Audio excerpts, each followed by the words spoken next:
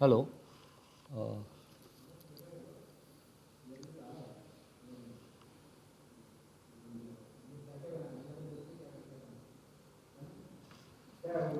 Hello. I think I am. My voice is clear.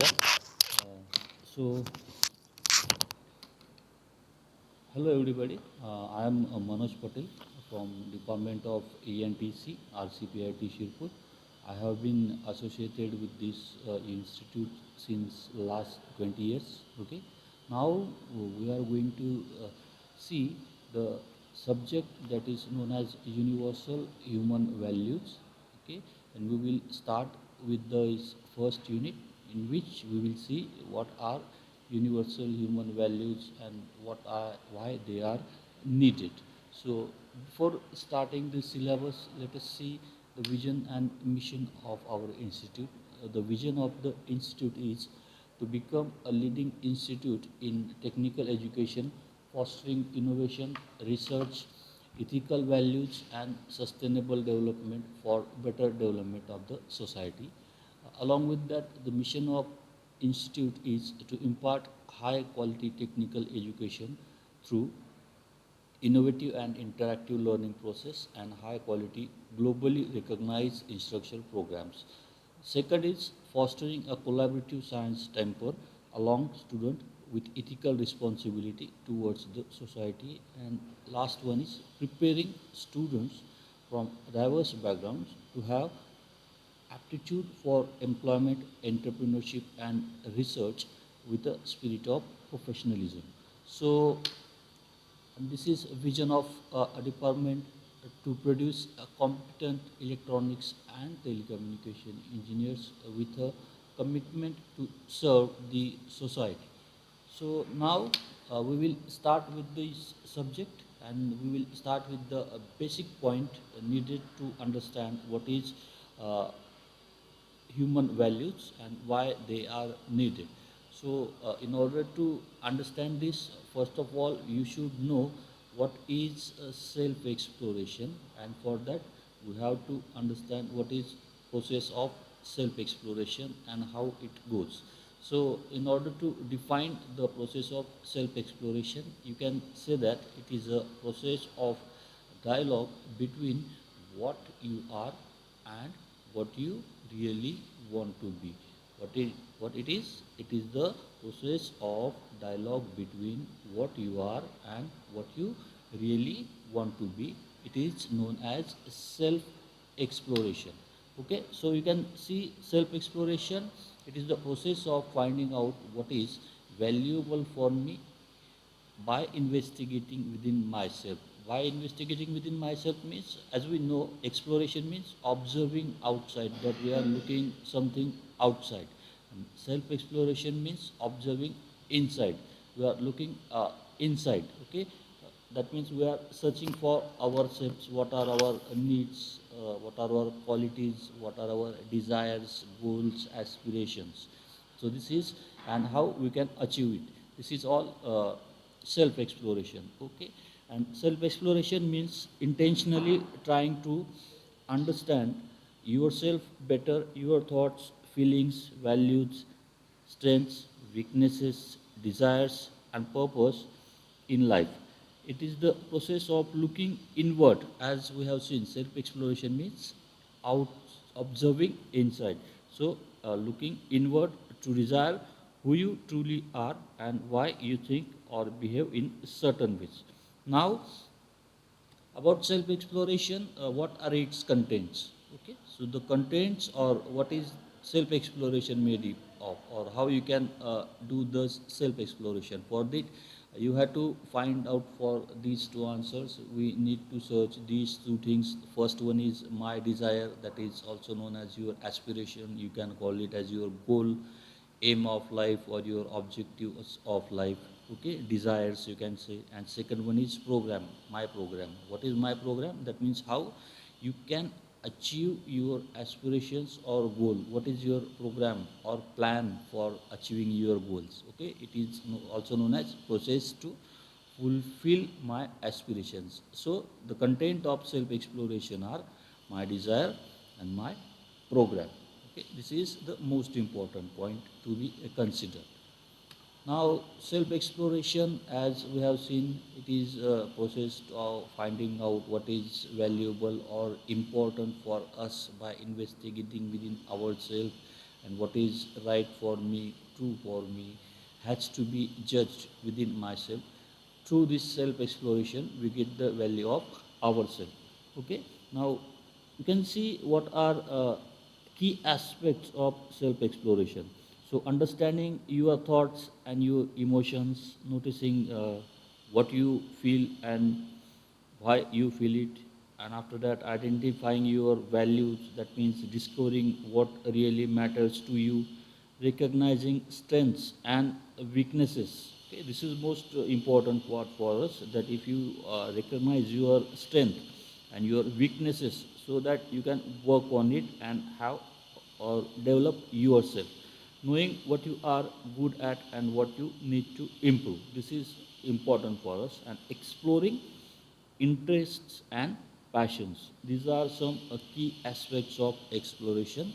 And for self exploration, we need two aspects. The first one is natural acceptance, and second one is experiential validation. Okay, so we will again see what is natural acceptance and experiential validation. So before that, why exploration, self-exploration is important? Because it helps you to make better life decisions, build self-confidence, improves emotional awareness, helps you find meaning and purpose. So, in simple terms, you can explain self exploration as the journey of discovering who you are and what you want from your life. Now, let's move towards next point of self exploration, and its two aspects. As you can see on your screen, there are two aspects of self exploration. First one is natural acceptance, second one is experiential validation. Now, let us see what it is. So, natural acceptance, as you can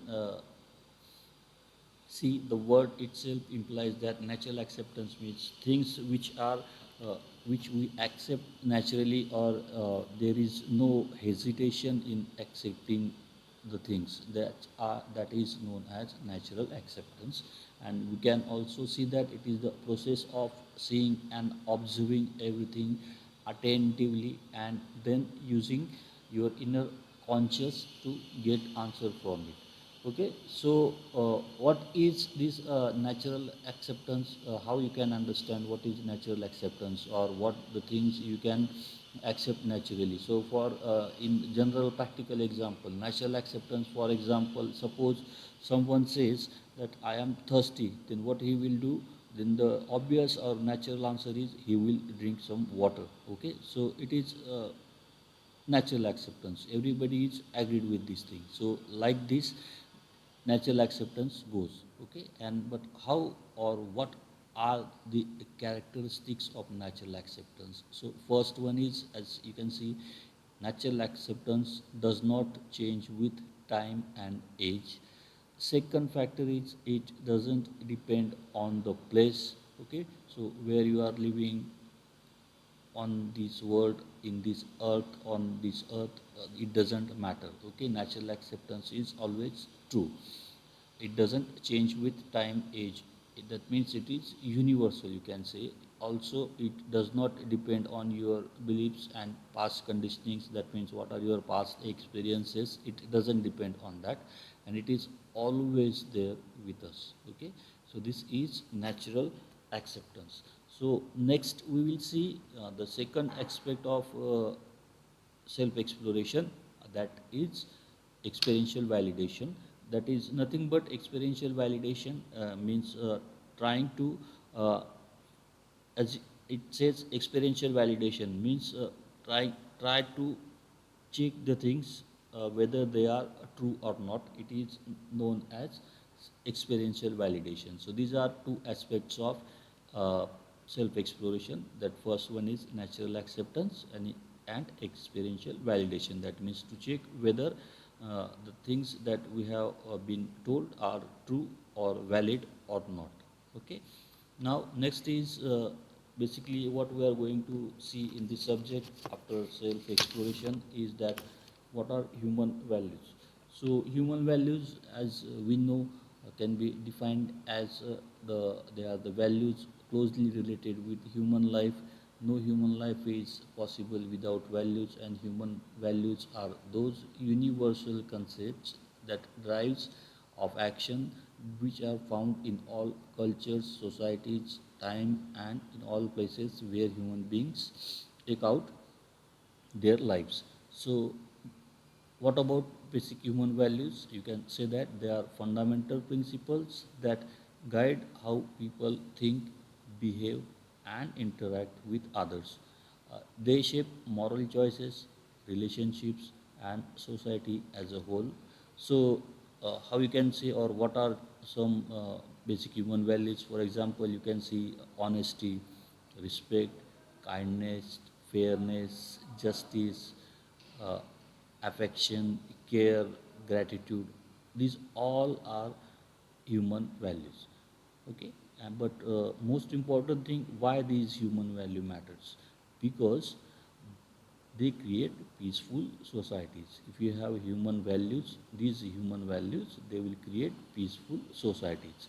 And if you have created peaceful societies, which will strengthen relationships and trust, obviously there will be trust and good relationship among people, and people also help each other, and they will behave or take ethical decisions. Also, they will promote personal growth and harmony. That means peace in self or I or mind. So this is or these are the importance of human values. So we have seen the importance of human values, and also we have seen some of the important human values such as honesty, respect, kindness. Among with that, you can also add some human values such as right conduct, which means it contains values like self-help, skills, modesty, self-reliance, hygiene, social skills, ethical skills, and ownership. It can also add in human values such as peace, which contains values like equality, focus, humanity, optimism, patience, self-confidence, self-control, self-esteem, and so on. And next, you can also add truth as a human value, which contains values like accuracy, fairness, honesty, justice, quest for knowledge, determination, etc. After that, peaceful coexistence, which implies that, which contains values like psychological and social behavior. Okay, that means forgiveness, morality, consideration, compassion, benevolence. So these are some things. After discipline is important. Everybody know why discipline is important, how it is useful for growing up or development of a people or person. So next is important topic that we will extend in human values is value education. So what is value education?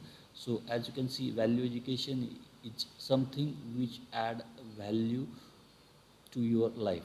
Oh, okay, or you can say it is something which enables to understand what is valuable for human happiness. This is known as value education. So what it is? So what is valuable for human happiness? It is value education. So it is all about enabling a transformation in human beings, so to help them move from animal consciousness to human consciousness. Consciousness here means awareness. Okay, and what is animal consciousness? Animal consciousness means working for physical facilities only. Okay, or you can say working for wealth only. But what is human consciousness? It means working for physical facilities as well as good or right relationships also. So this is the difference between animal consciousness and human consciousness, and value education teaches us what is valuable for you. So in this way, we will see next topic in our next lecture. So I hope you have got some basics of human values and what are types of human values. Thank you, everybody.